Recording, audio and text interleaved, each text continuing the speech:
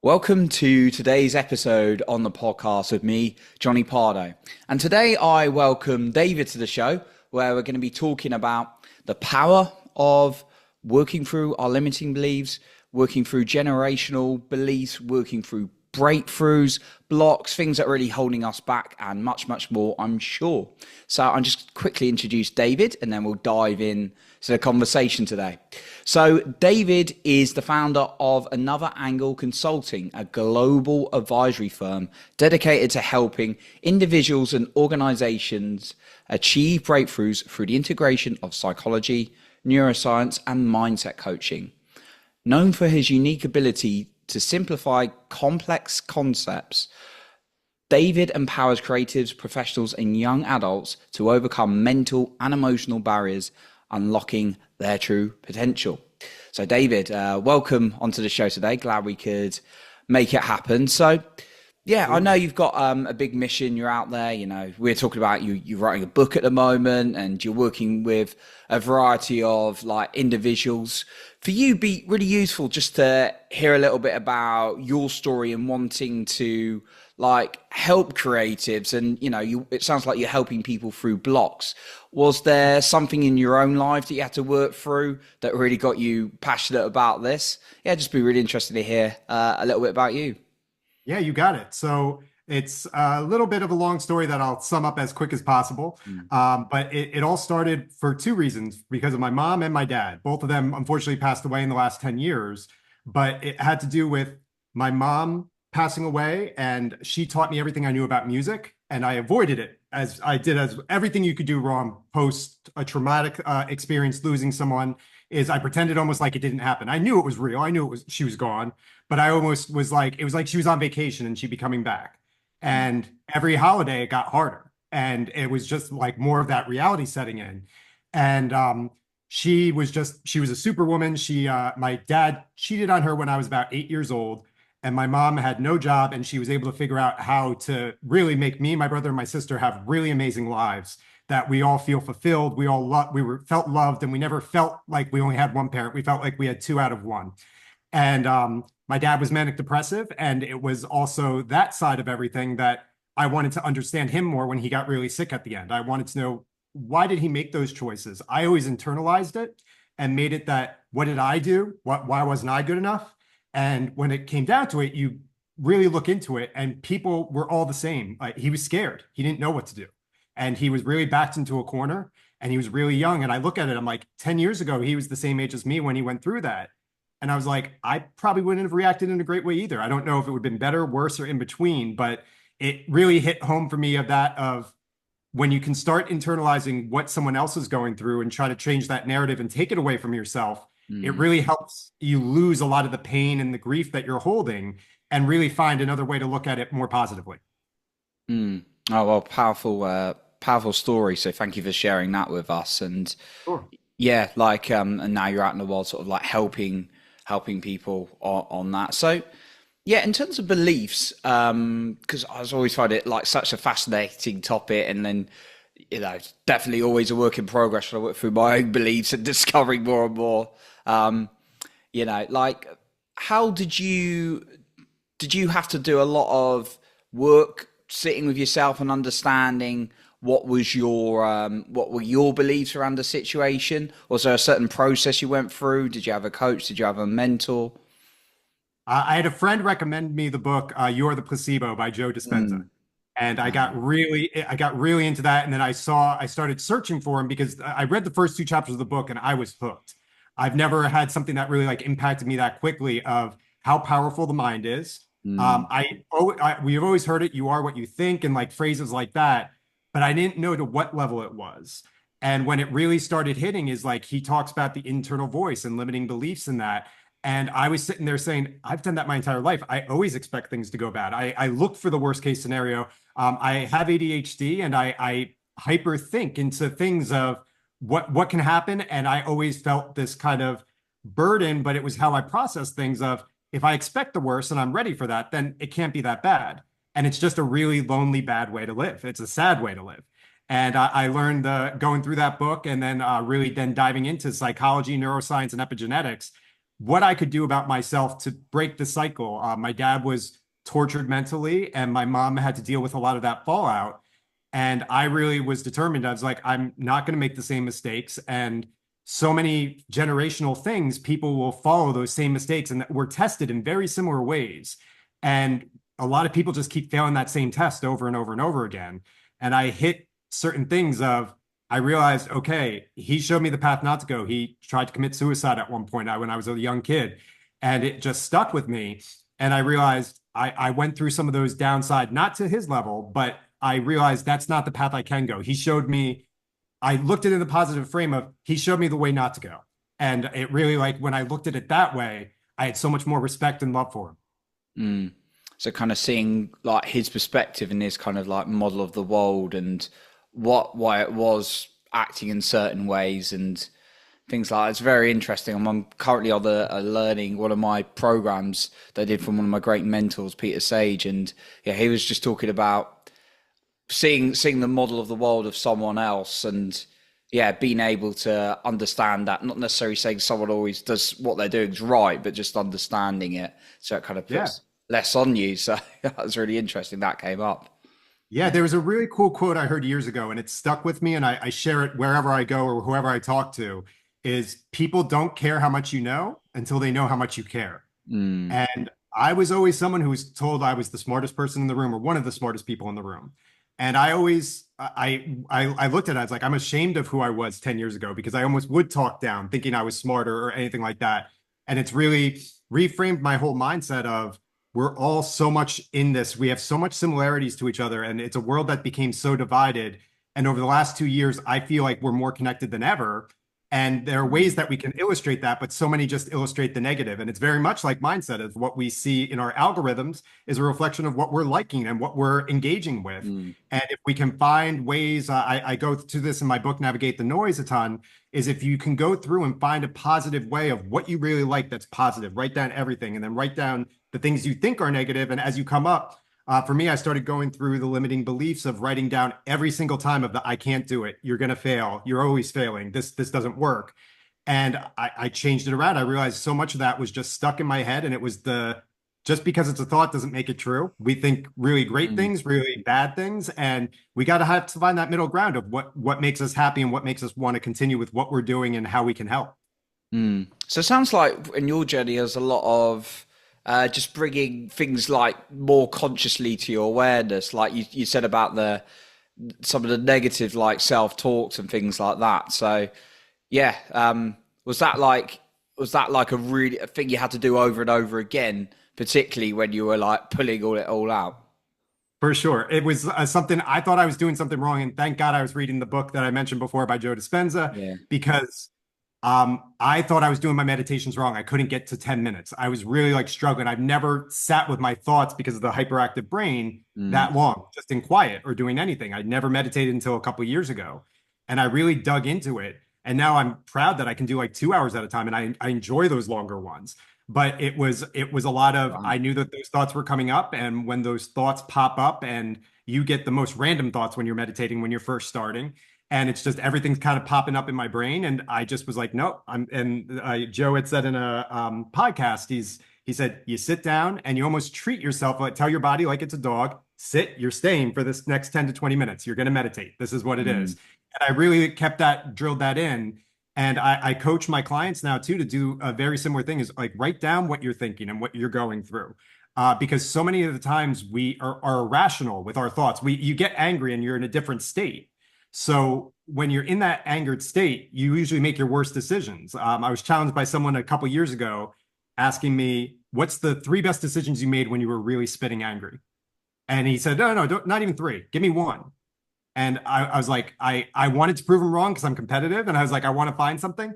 But he's right. It's when we're cool, calm, and collected is when we make our best choices, is when we know what we're doing. And if we're thinking in that negative frame at all, we're going more towards that negative state, mad state, anger state, where you're stuck in that cycle. And it's like you don't want to be making decisions of that. So many people are stuck and living in a stress mentality, and I've been trying to do whatever I can to help them bring down that level of stress that they're dealing with on a day to day. mm. There is a lot, like I've certainly experienced it in my life and people around me, that high stress environment, particularly in like career and business, had been in sales, been in project management. There's quite a lot of that certainly Totally. find. Um, do you work with like high performers or sort of like people who have people who are like high up in the corporate world? Because um, there can be a lot of stress there, right? And I just wondered, is there anything you found like useful for them in terms of when you got a lot of pressure on you? Mhm. Because obviously you've got to take practical action and do things, but then Yeah. is there anything useful you found as Yeah, absolutely. So I work with CEOs as a coach, mm, and then I've also worked mm, with record labels. And I kind of laid it down with the record labels that I worked with. I said I was coming in as a consultant. I got asked by their artist, who they had under their label, to work with them. And essentially, I viewed it as okay, they're behind schedule. They're missing a deadline for when their album or a song is due, whatever the case is. And mm, I'm the middleman. So I'm like, you throw all the negativity at me, I'll process it, and then I'll relay the message. So I became a middleman of finding how to rebuild the confidence of the artist while kind of shielding them from whatever negative or aggressive talk that could come from that level because it is a business and you want people want to stay on schedule. So I found a way to be able to work around deadlines that way, work with people, and just tell them a very honest situation of how do you want this to end? What's your end result, biggest goal that we can get out of this? And just kind of reminding them we're always on the same team. It's not always going to work out exactly to the T with a schedule. That's just how life is. And that's how anything with creatives, you can't put a deadline on it. It's just we would have lost some of the biggest art in our world, whether it's paintings, music, movies, if people were like, oh, you can only do it in a year. And then that movie took 3 to 4 years of production. I'm a big Christopher Nolan fan. So I always say on that, he pledges years into what he's doing with that. If you put a deadline of a couple months, what kind of product are you getting? So I always try to remind that and then let them know that they're artists, that's an investment that they're looking into. Do you want to whittle them away and kill their confidence, or do you want to build them up and have them be as strong of an asset as it can be for them? So I always try to find a way that is talking in their language, whether it's the artist or the business side of everything, and really drill in of how can we help? Because in reality, as people, we always want to try to fix it or make the problem right. And so many people then get obsessed with, well, it has to be done by this. It just doesn't work that way all the time. So it's finding a way. It's not always the easiest conversations, but I found being authentic and being honest are the best ways to really kind of approach those. mm, and what's working for them and what feels Sam, you use the word like authentic to them as well, Yeah. which is powerful. Yeah, with like CEOs and people like that, I imagine that's quite like very like high, high demands on them and things like that as well. So you sometimes there as kind of the one that they're like venting to a little bit. A bit, yeah. It's a mix of venting and then also sometimes it's I work with executives within certain companies that have kind of lost their way. It's I always relate it almost to sports. I'm a big sports fan and a big soccer fan, football. Sorry, that you go through, and not everybody goes on this ascension. If you're a player, sometimes you have a great rookie season and then you struggle for a year or two with injuries or whatever the case is, and then someone comes back. And so I really try to drill in, and I've to help employee turnover within companies because that's such a big problem today with the great resignation and other things happening that I say invest in the people you've already invested in. Sometimes you saw talent and they lost their way a little bit. How can we help them find their way back? And so I do that with artists as well as executives of how can we rebuild back to the schedule you were in when you were successful and do little things to kind of piece together how they were at their best. We try to recreate days like that, what their schedule was like, what they were doing. It's not always the easiest because schedules change, obligations change with children and families. But usually, if we can find some type of common ground, we can get them back into that mode of when they were their most confident. And that's what the companies need, and that's what they're looking for. So when I can do that, even if it's 1 out of 3 times or 2 out of 3 times, it's such a huge help for them because they don't have to go through the recruiting cost and the time factor and the people missing out on work to train people. If you can really just invest in what you already have and find how do you make the best out of it. So it's finding a personality that really works with everyone that they're going with. And how much work is there with like we're talking about beliefs? Do you often find yourself having to do any work around that with these CEOs? Oh yeah, yeah. It's you get some that have a really rosy view of everything and are always super positive about what they're going to do, and those are some Mm, of the great. But there are people who have the pressure of we're not gonna hit the sales we hit last year. There's no mm, way we can keep up this demand. We can't keep going like this. And it's just a different way of internalizing what your stresses are at work every day. And it's I know people if they get sick or have something happen to them, they think in the back of their mind, someone else is going to take my job. And it's mm, like going through that. So there's that limiting belief too of I can't be mm, sick, I can't have anything happen to me, I have to be perfect. And it gets into this really negative cycle of like a toxic cycle of everything of being perfection. And when it's not, then okay, you just take out what was wrong and put something else in to try something else. And so many times is you can get to a problem done faster if you wrong the first time and you work with the same team to figure it out what went wrong instead of changing managers, changing employees, and going through that process and then giving it another go. I've seen companies that have had a problem and have done things that way, and they've gone through that 6, 7, 8 times. And I'm like, it's the definition of insanity. They're going through the same thing, expecting different results.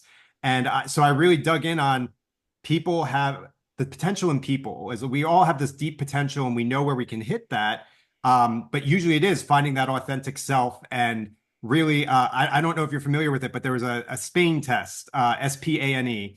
I think it was done in Switzerland. mm. And it was a personality test that had all these levels of personality, and it could tell the difference between frustration and anger. It was that precise of where it could go. And most often, people always thought love was the most powerful emotion, and it is. It's the second. Well, close. It's the second. Authenticity was 40,000 times stronger, according to this test, than love. And it Oh, really wow. showed that until we love ourselves, until we can really embrace who we are, love what we are, how can someone else love you? You're going to be a wounded bird or something along that line. So going through a lot of to circle back some of what we were talking about earlier is I went through a lot of that self work. I remember I went through a divorce and was coming out of that and that like it was just I call it the bad 5 years of my mom passed away, went through a divorce, grandparents passed, and it was just like, what can stop this? I just thought it couldn't get worse, and it felt like it kept getting worse. And it was when I changed my approach of all that, of expecting that worst thing to happen, of expecting the good, is I saw so much more positivity and the people that like we raise our frequencies when we're positive, and it attracts other people in that realm to come to you, and you're going to find more positivity in your life just in a natural day to day. Mm, mm. It does sound like a very tough 5 years for you, going through that, and really a focus for you was raising that vibration. And I know with the vibration, it's very interesting. Because I'm quite like left brain, very like logical, and I know for me, what works was actually writing down evidence. I started writing down. Okay, I'm how many out of 10 am I? 10 being like I'm absolutely ecstatic on top of the world. I'm feeling like high energy. I love everything. One being like I'm really miserable and down with my life or whatever.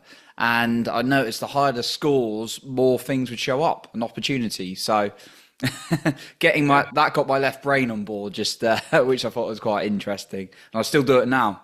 I'll be like, great. oh, shrinking. I'm like, oh, okay, yeah, and then that happened. There's no guarantees or anything, but yeah, Yeah. definitely resonate with the high frequency. I love that. And I mean, gratefulness is a great way that anybody can really tap into that right away. It's a Mm, really cool brain hack. The same part of our brain that processes gratefulness is the same part of the brain that processes sadness, depression, and anger. mm, And if we can really, like, literally, if you're in a bit of anxiety, sad, anger, whatever that mode is, if you can start coaching yourself as quick as possible to say, what are 3 things I'm grateful for in my life? And it went through it's just amazing the outlook of everything because my outlook was so negative 5 to 7 years ago going through what had happened and trying to process all that that I was in this mode of always thinking something bad was going to happen. And now all those bad things that happen, I'm so grateful because I'm at a point I've never been happier in my life than I am right now. awesome, I'm awesome. newly engaged. I going through so many positive things that I just didn't think was going to happen for me. And I realized it was taking that step of self-love and really just being authentic, being myself. And I've never felt more comfortable in a relationship that I am 100% myself. And I'm not so many times we'll hide things that we think people don't want to know, or even our loved ones. So Mm, it's those weird things that sometimes it's easier to talk to a stranger than someone you love because you don't want to see the look of disappointment on their face if you have bad news or anything like that. Mm. I want to tap a little bit into um, self-love in particular that you mentioned. So, yeah, I know it's a challenge for many people, and I've been through my own journey on that as well, and people I've coached on this as well. But for self-love, was there anything in particular that like really helped you? You've mentioned you've done things like, or people you've worked with, and you work with in terms of self-love, because I know sometimes I've heard stories or spoken to people, and it's you think, oh, they very confident, very charismatic, but actually it's a different story sometimes behind you can be confident in the skill or what you do, but sometimes it can be different behind a mask. But I just wonder, from your own experience, people you've coached, you work with, um, is there anything you find like has really helped people work on their self love? And it's within the limiting beliefs factor too. Mm, It's the negative self-talk. Is mm, if you can remove that, it is such a game changer because I can't tell you how many people who are so talented and just successful on down, mm, and something goes wrong with them, and I'm with them, and they're like, "I'm so stupid," and this, and I'm like, "Stop that! Like, you get that out of your vocabulary. You gotta get that side of it." And so often it's very easy. We blame ourselves. There are things we don't like about ourselves. And it's just one of those things. You've got to accept it. You got to, it's so much of us fall into, we want to be people pleasers. We want everyone to like us. And that's part of what social media started and kind of amplified in so many ways. And I've really found that the more simple, the better is like I will ask a client, write down 30 things you love about yourself, like that you're like so happy that have happened to you to get to this point in life. 30, whatever the amount is. And you just mm, go through finding things that are actually helpful and not just focusing on the negative, because so often it's people are just comparing themselves by what they're limited by, what they can't do, and why they are not going to be happy because they can't get to this. And it's okay, how do we take that language, change it around? And it's, I mean, just the simple thing Tony Robbins did years ago of life doesn't happen to you, it happens for you. And if you mm, start thinking that way of why did this happen for my life instead of to me, and it's you get that negative victim mindset out of things. And another big step that I've been able to try to help people, especially on the relationship side, is I call it scorekeeping. Is that when you get into like so many times people don't, whether it's like you need to have a fight or get out some whatever you're festering in emotion wise, and this could be friendship, relationship, family, that so many times people will be like, well, you did this 2 years ago and 3 years ago, so I can do this now. And I just let people know, do you want to win? Do you want to have a successful relationship? Because unless you drop that, it will never be good enough. You'll always think you were wronged more, and they're going to think they're wronged more. So really helping stop that negative talk, negative self-talk, as well as getting into that staple of just stop scorekeeping. Just don't put expectations on people, live in the mm, present, and just really appreciate what you have and what you're working towards. mm. Yeah, plenty of great practical tips there, and writing down like 30 things. Um, and removing that like self talk as much as possible. Like going back to what you said earlier, it sounded like you were just like picking it consciously and seeing it like coming up again and again and again.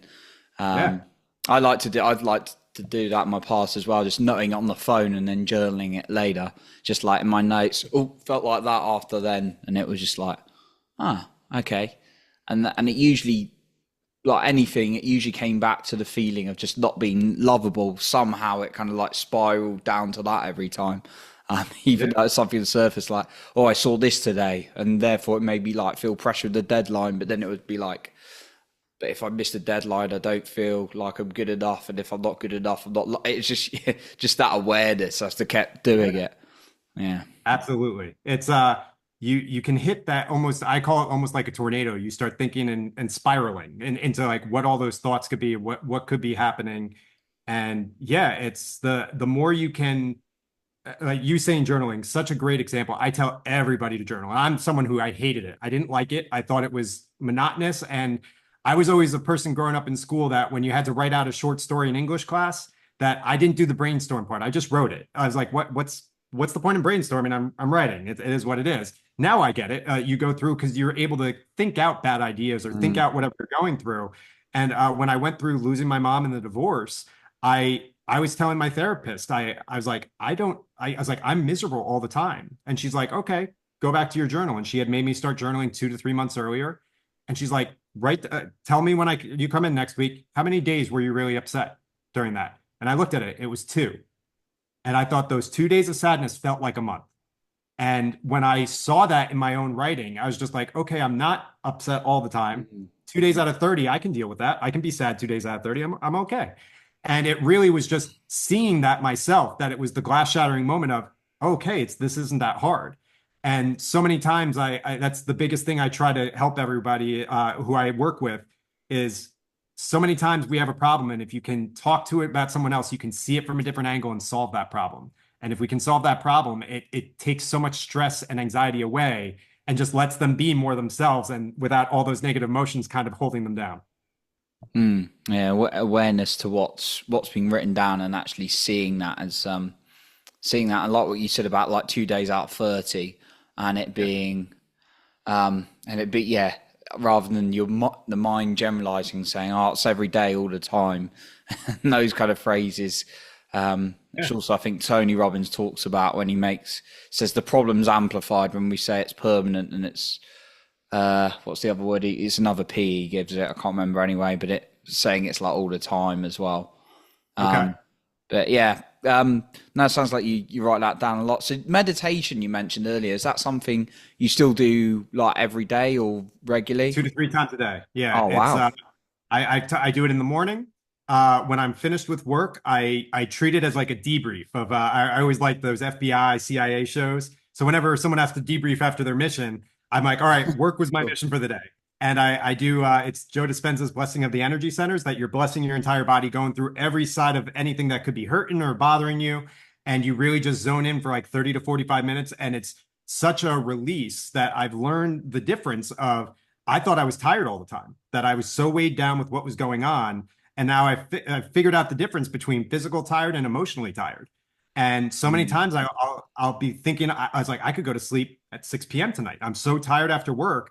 I do that meditation and I've got like my second wind almost immediately. And it's just Wow. okay. It's like my body just needed to literally get that and clear it out and work on it. And then I do one before I go to sleep at night, just to keep the focus. And a tip that I've been passing on is our brains are in theta state when we first wake up. The first 10 minutes, especially, are in the highest theta patterns that you'll see during your day when you first wake up. So often we go to reach our phone, and our phone has every problem and everything that's probably bugging us that could be a reminder right away. Mm. So I try to tell people your first 10 minutes, try to do your affirmations then. If you can journal, journal right away. Go through whatever you're feeling or what you want to accomplish because your brain is in that mode where you are more prone for your subconscious to listen to you when you're in the theta state compared to any other state that you're going through. And it's just something that I found okay that it's a cheat code that really helps me and it's helped my subconscious to another level. I wish I could explain it, but it's just been life Mm. changing for me. Makes sense. Going for the phone and looking at your emails, social media, get you into beta very quickly from Yeah, suddenly yeah, go from the theta to the alpha to the beta very quickly. Yeah, I've for certainly sure. been there. I try and not all the time, but try and limit it to like once a day unless I'm posting because I still think there's good in social media like connections, but as long as you got them in person as well, personally, but also like creating some meaningful things for other people. So yeah, limiting that has made a big difference on me. I'm not perfect with it, but it's really good. I Hey, like none what of you're us. saying about phone. Yeah, none of us are. But yeah, like what you say, if you can make that intention of waking up and then not going for the phone, doing your journaling, your affirmations, whatever you see fit, can be Mhm. a really powerful one.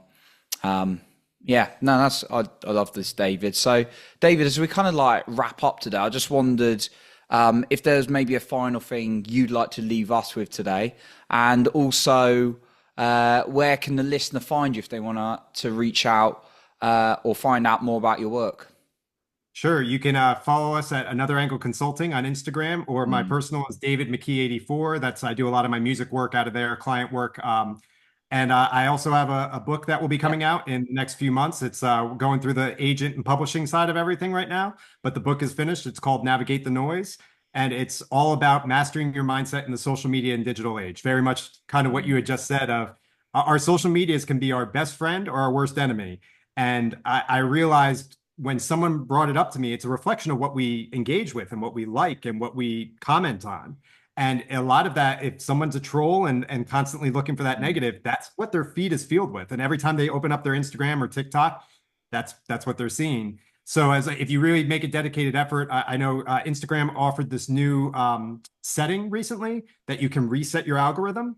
And if you really just try to engage with whether it's the affirmations that you're looking for, positive messages, mindset type accounts and things like that, it's amazing. My account is filled with nothing but that and dogs now. So it's just it's a mix of all that, and it's such a where I felt social media was stressing me out for a while. I've been able to figure out a way to master it, and literally, it's something that just brings me joy for a couple minutes and a good dopamine hit instead of seeing likes or seeing how many comments you're getting on things.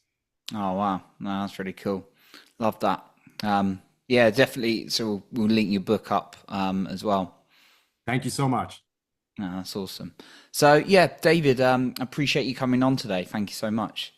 Thank you so much, Johnny. I had a great time. Awesome. So that concludes our episode for today. And remember to lead with your heart and not with fear.